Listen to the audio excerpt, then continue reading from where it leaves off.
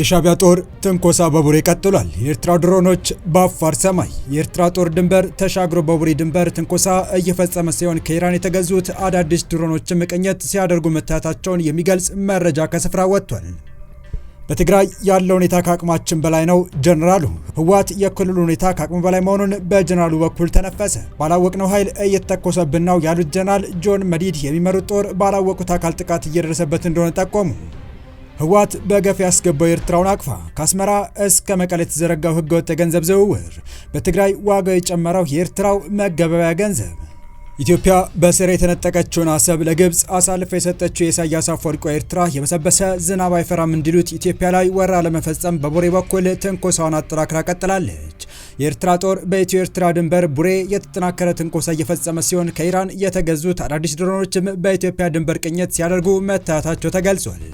በአሁኑ የመረጃ ሰዓታችን የዚህንና በተፈናቃይ ስም የሚሰበሰቡ ገንዘቦችንና ወደ ስፍራው የሚላኩ እቃዎችን በኤርትራ ድንበር አድርጎ እያሸሸና ዳግም ወደ ጦርነት ሊማግደው ላሰበው ታማኝ ጦሩ ሲቀልብ የሰነበተው ህወሓት ከሰሞኑ ከትግራይ የወጡ ተንቀሳቃሽ ምስሎች የህወሓትን ድርጊት በገሃድ ለዓለም ያሳዩ ሆኗል ስለመባሉና ይህንን አስታካው የህወሓት ጀነራሎች እያሰሙት ካለው ክስ ጋር ተያይዞ የህወሓቱ ጉምቱ ጀነራል የክልሉ ሁኔታ ከአቅማችን በላይ ነው ስለማለታቸው የተሰማውን እንዲሁም በትግራይ ክልል በገፍ ጥቅም ላይ የዋለ የሚገኘው የኤርትራው የመገባቢያ ገንዘብ የተመለከተውን አክለን ልናስደምጣችሁ ይዘን ቀርበናል። ሰላም ውድ የወሎ ዴይሊ ቤተሰቦች እንደምን አላችሁ? ቻናሉን ሰብስክራይብ፣ ላይክ፣ ሼር ያደርጋችሁ እስከ መረጃዎቻችን ፍጻሜ አብራችሁን ቆዩ።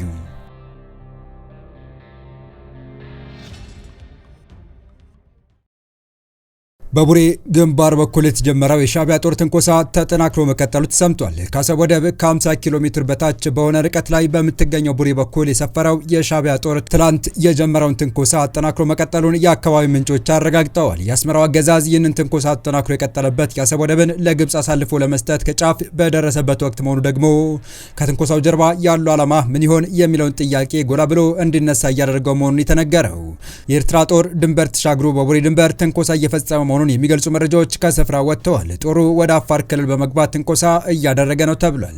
ሻቢያ አላርፍ ብሏል። በአፈቀላጤው አቶ የማነ በኩል እኛ የምንፈልገው ሰላም ነው ቢልም በተግባር ግን ጸባጫሪ ድርጊቱን ቀጥሎበታል።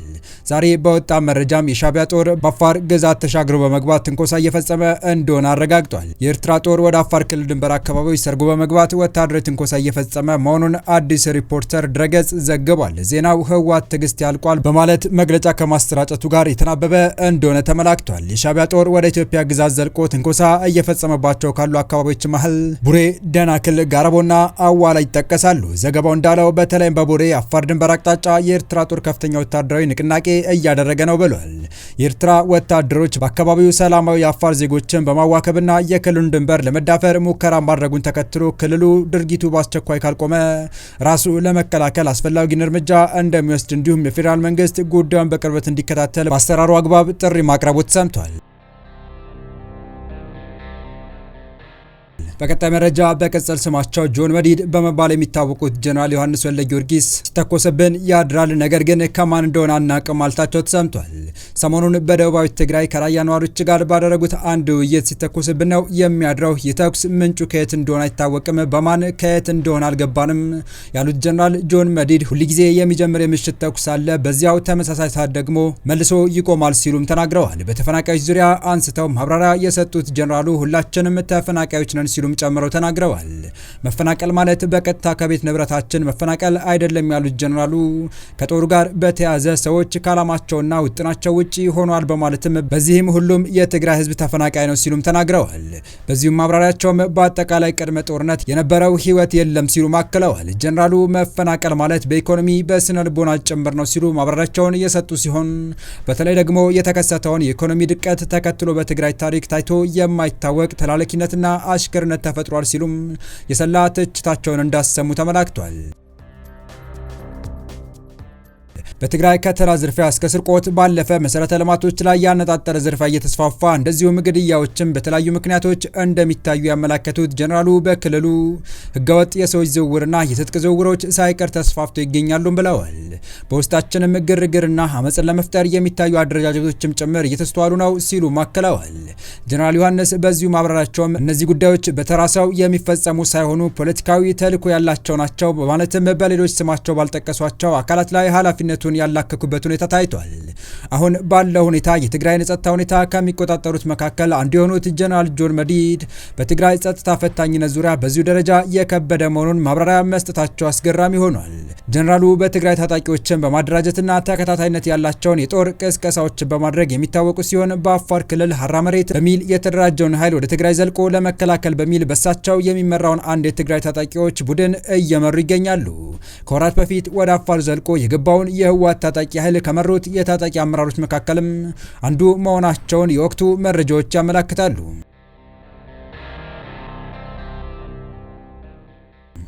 ወደ መጨረሻው መረጃ አለፈን። የኤርትራው ናቅፋ ድንበር አልፎ እየተሰራጨ ነው። የኤርትራው ናቅፋ ከድንበር አካባቢዎች ወደ ተለያዩ ገበያ ዘልቆ እየተሰራጨ መሆኑ ተሰምቷል።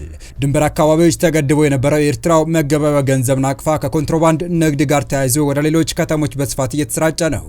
ዋዜማ ዛሬ ማለዳውን እንዳስነበበው የኤርትራው ናቅፋ ከቅርብ ጊዜ ወዲህ በትግራይ ክልል ከተሞች እስከ አዲግራትና አድዋ ድረስ እየተሰራጨ መሆኑን ገልጿል። ናቅፋ በትግራይ ከተሞች እንዲሰራጭ ያደረገው በድንበር ከተሞችና በወሰን ተዋንያን ተገድቦ የነበረው የኮንትሮባንድ ንግድ መስፋፋቱ ተከትሎ ነው።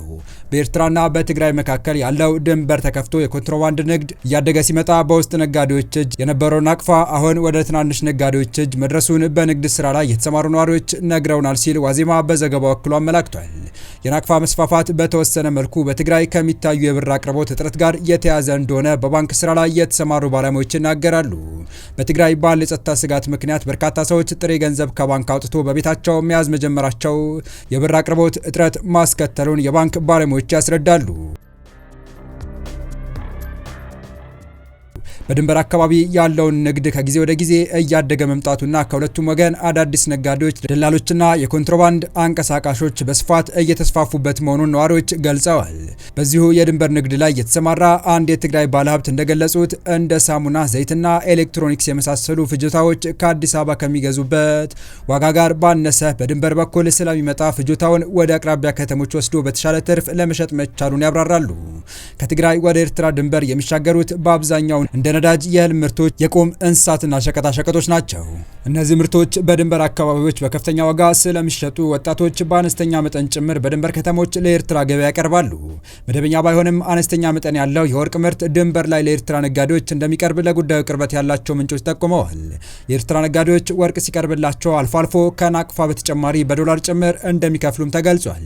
መቀሌን ጨምሮ በትግራይ ከተሞች ነዳጅ በየመስመሩ መሸጥ የተለመደ መሆኑን ነዋሪዎች ገልጸዋል። በየአካባቢው የሚለያይ ቢሆንም በአሁኑ ወቅት የ1 ሊትር ነዳጅ ዋጋ በመቀለ ከተሞች እስከ 220 ብር ድረስ ሲሆን በኤርትራ ድንበር አካባቢዎች ከ300 ብር በላይ መሻገሩን ዘገባው ገልጿል።